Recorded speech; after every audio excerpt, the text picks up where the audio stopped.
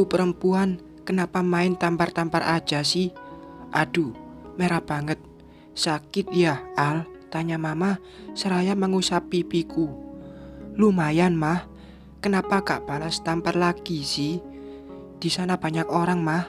Aku diliatin. Ya kalau yang lihat cuma karyawan papa doang. Kalau rekan bisnisnya, aku gak mau bikin papa malu. Si papa juga. Anaknya ditampar, bukannya laporin tuh orang ke keamanan biar dibawa ke polisi, malah disuruh pulang doang. Lagi-lagi mama menggerutu.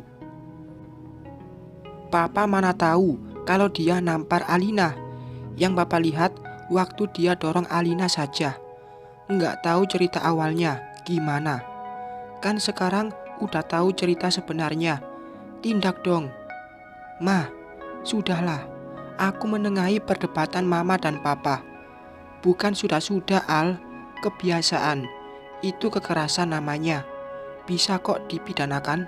Tutur mama lagi terus mengompori. Aku cuma bisa menarik napas panjang lalu mengembuskannya perlahan. Emosi mama sedang naik. Dia tidak terima dengan perlakuan Amira tadi di parkiran. Mama juga menyuruhku untuk melaporkan Amira. Tapi sepertinya aku tidak akan melakukan itu. Aku sedang menikmati kehancuran Amira yang kehilangan pekerjaan. Aku ingin melihat apakah setelah ini ibu mertua akan tetap memperlakukan Amira seperti ratu. Malam sudah sangat larut. Aku memutuskan untuk istirahat. Setelah meninggalkan mama dan papa yang masih berdebat, tubuhku lelah untuk hari ini. Ingin tidur dan bangun dengan energi yang full esok hari. Ku rebahkan tubuh pada ranjang, menatap langit-langit kamar dengan hiasan lampu serta kupu-kupu kertas yang menggantung. Tersenyum kecil, mengingat aku yang dulu sangat menyukai binatang cantik itu.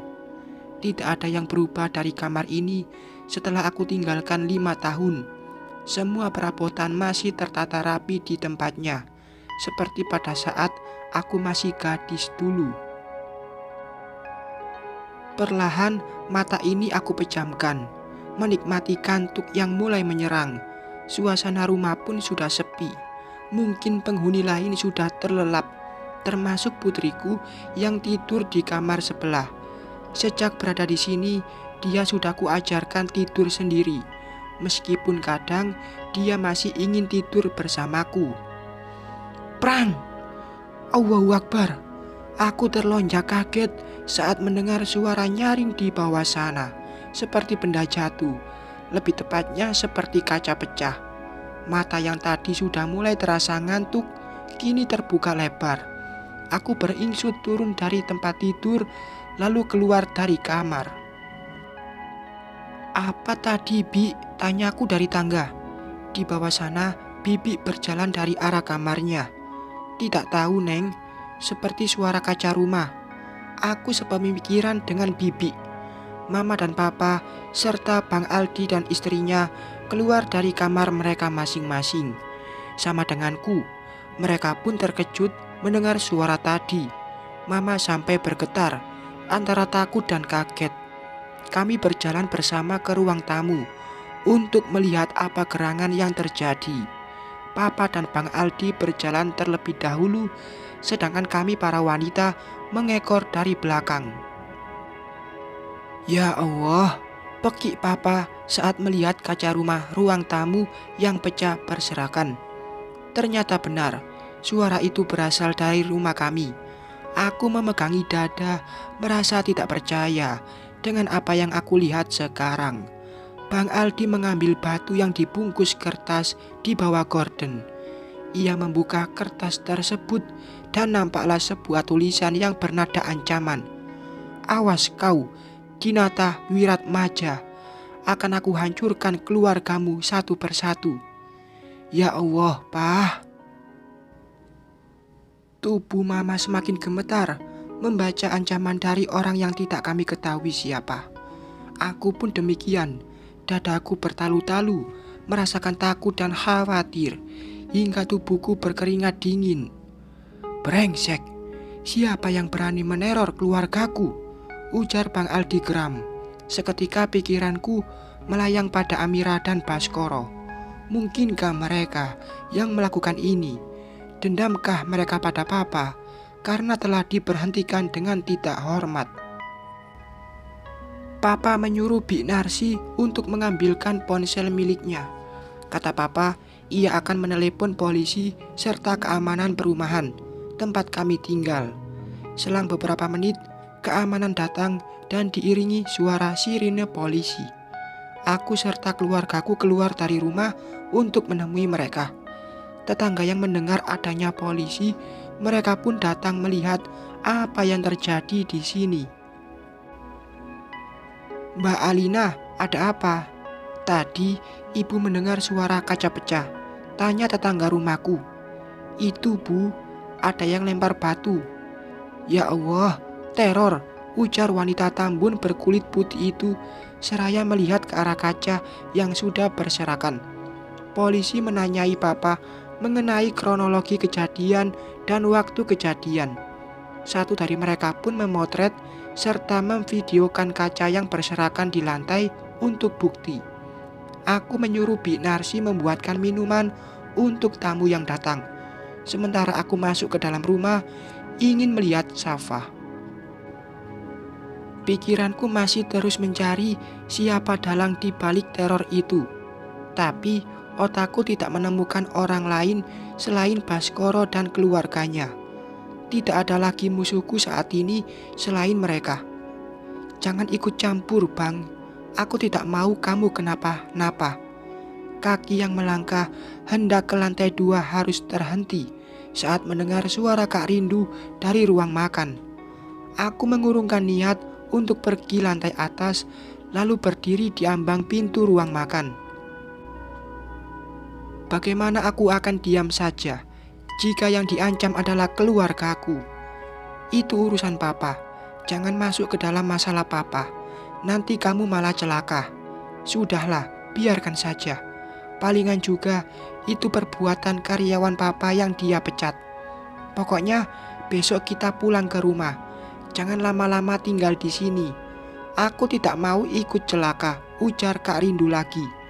Aku langsung pergi dari tempatku berdiri saat melihat pergerakan Kak Rindu yang beranjak dari tempat duduknya. Buru-buru naik ke lantai 2 dan masuk ke kamar Safa. Syukurlah, ternyata putriku masih terlelap. Dia tidak terganggu dengan suara berbisik di bawah sana. Mas Haikal, apakah dia terlibat dengan semua ini? Jika pelakunya adalah Baskoro, tentu Mas Haikal akan terlibat. Tidak ada rasa kasihkah dia pada darah dagingnya hingga membiarkan mertuanya berbuat demikian? Kutatap wajah polos putriku yang sebagian wajahnya mirip dengan Mas Haikal. Aku pulang ke rumah ini untuk mencari ketenangan hidup, tapi malah sebaliknya. Baru juga merasakan aman dan nyaman, hidupku sudah kembali diusik dengan hal yang menegangkan. Teror yang seram. Gimana semalam, Pak? Apa polisi sudah menemukan siapa pelaku teror itu? Tanyaku pagi ini. Semalam saat aku masuk ke kamar Safa, aku ketiduran di sana hingga subuh datang. Mungkin karena rasa lelah setelah dari pesta membuatku langsung terlelap seraya memeluk Safa. Merasa aman juga karena rumah dijaga oleh keamanan setempat. Belum Al, tidak mungkin bisa ketemu dalam waktu beberapa jam. Semalam Papa juga sudah melihat kamera CCTV yang ada di depan dan Papa tidak mengenali orang itu. Terus ciri-ciri orang itu gimana, Pak? Tanyaku antusias. Enggak jelas, Al. Dia memakai hoodie warna hitam dan longgar, terus memakai masker dan kacamata hitam, topi, dan semuanya serba hitam. Dia melempar batu dari atas gerbang, naik ke gerbang rumah, tutur Papa menjelaskan. Aku jadi tidak berselera makan. Takut jika orang itu akan kembali ke sini di saat Papa tidak ada. Masuk ke dalam rumah mencelakai aku dan Safa. Astagfirullah. Kenapa aku jadi berpikir yang tidak-tidak? Kejadian semalam membuatku sulit untuk bernapas lega. Was-was, kejadian serupa akan terulang lagi. Pah, apa mungkin Baskoro ya yang melakukan itu, ujarku, membuat papa menghentikan tangan yang hendak menyiapkan roti. Dalam rangka apa Baskoro melakukan itu? Karena papa memecatnya. Papa belum memecat Baskoro. Semalam hanya karyawan biasa yang papa berhentikan. Untuk pimpinan belum. Tapi kan Baskoro ayahnya Amira. Tentunya dia tidak terima dengan pemecatan Amira, ujarku lagi, membuat papa menatapku lama. Detik kemudian papa menganggukkan kepala dengan pelan. Kalau gitu papa akan mencari tahu secepatnya. Kamu dan mama diam di rumah, tidak usah kemana-mana, jangan terima tamu. Terus kaca yang bolong itu gimana papa? Kini mama yang bertanya. Nanti papa panggil tukang. Sekarang papa harus kerja dulu. Tidak enak, sudah membuat janji dengan karyawan, pungkas papa. Setelah sarapan, papa langsung berangkat meninggalkan kami para wanita. Sedangkan Bang Aldi dan istrinya sudah pergi sejak subuh tadi. Bang Aldi memang sangat mencintai istrinya, hingga ia sama sekali tidak bisa menolak permintaan Kak Rindu. Padahal di sini kami sangat membutuhkan dia, setidaknya untuk menemani kami selama papa dan Pak Yadi pergi. Hari semakin siang, bosan pun mulai menyerang. Hari ini yang rencananya aku dan mama akan pergi jalan-jalan harus mengurungkan niat dan diam di rumah. Takut jika nanti memaksa pergi akan terjadi hal-hal yang tidak diinginkan. Safa masih anteng dengan boneka Popo dan mainan lainnya, sedangkan aku mulai merasakan kejenuhan. Yang biasanya aku pergi bekerja, bergelut dengan kain dan mesin, sekarang harus diam, hanya makan dan tidur saja. Mah, bosen, ujarku kepada mama. Sama Al, kita order makanan ya. Mama mau makan yang segar-segar nih. Aku manut aja, kataku tidak bersemangat. Mama mengotak-ngatik ponselnya, memesan beberapa jenis makanan dan cemilan untuk Safa, serta orang-orang yang menjaga rumah kami. Seandainya saja tidak takut teror, pastilah kami sudah pergi ke restoran untuk memanjakan mulut, mengenyangkan perut. Beberapa lama menunggu, Bi Narsi memberitahu ada kurir yang datang. Dia tidak bisa masuk karena pintu gerbang dijaga ketat oleh keamanan perumahan. Ya udah, aku aja yang ambil, kataku pada mama. Aku pun melangkah keluar, menemui si kurir, lalu membayar makanan yang dipesan. Ini pak, dimakan ya, ujarku, memberikan 2 kotak makanan kepada mereka. Selanjutnya, aku kembali masuk ke dalam rumah menghampiri mama. Belum juga aku duduk, suara seseorang dari luar memanggil. Katanya ada kiriman lagi. Mama pesan makanan dari berapa restoran sih? Tanyaku. Dari 1 restoran, Al. Mungkin itu paket yang mama pesan kemarin. Kamu ambilin Ki. Bukan COD kok. Aku menurut, kembali ke depan, mengambil paket milik mama. Si kurir sudah pergi. Katanya harus mengantarkan paket ke alamat lain. Sedangkan paket dititipkan pada penjaga rumah. Ada yang aneh dengan paket ini. Biasanya ekspedisi akan membungkus paket dengan sangat rapi. Tapi ini tidak. Dalam pikirku, mungkin karena dekat, jadi tidak memerlukan pembungkus keamanan. Namun, rasa penasaran akan isi dari kotak tersebut semakin menjadi saat melihat ada celah untuk membuka.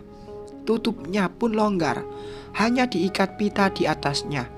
Sambil berjalan masuk, aku mengangkat sedikit tutup kotak untuk mengintip isi di dalamnya. Namun, hal yang tidak aku bayangkan justru membuatku ingin pingsan setelah melihat isinya. Haha, Mama! Mendengar teriakanku, Mama langsung datang terpogoh-pogoh Begitupun penjaga di luar. Mereka buru-buru menghampiriku. "Kenapa, Al?" tanya Mama. "Ular, isi kotak itu ular." "Ular? Mana sekarang?"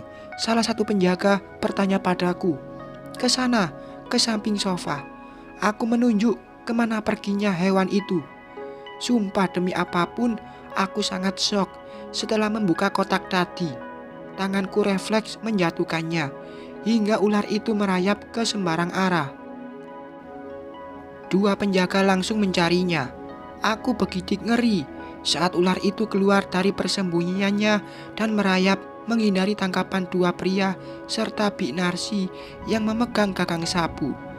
Setelah beberapa lama mencari dan menikung hewan panjang itu, penjaga rumah berhasil menangkapnya.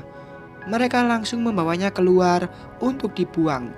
Aku tidak bisa membayangkan bagaimana jika tadi aku membawa kotak itu ke Mama, dibuka putriku yang tengah bermain.